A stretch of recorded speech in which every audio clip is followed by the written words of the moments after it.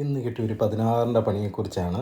ഇന്നല്ല, ഒരു 3-4 മാസം മുന്നേ നമ്മളൊന്ന് അലൈൻമെൻറ്റ് ചെയ്തായിരുന്നു വണ്ടി.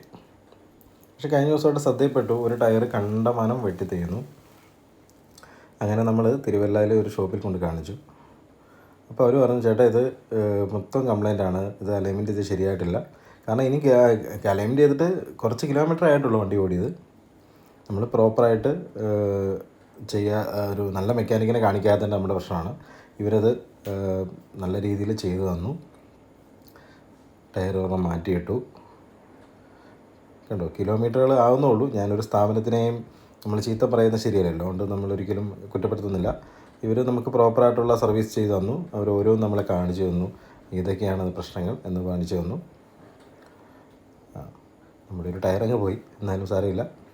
ഇവർ പ്രോപ്പറായിട്ട് ചെയ്തു തരികയും ചെയ്തു. ഫുൾ ഗ്യാരണ്ടിയും പറഞ്ഞു. അവസാനം ടെസ്റ്റ് ഡ്രൈവ് ഒക്കെ ചെയ്തവർ നമുക്ക് തന്നിട്ടുണ്ട്. ബാക്കി വീഡിയോസ് പുറകെ തരാം.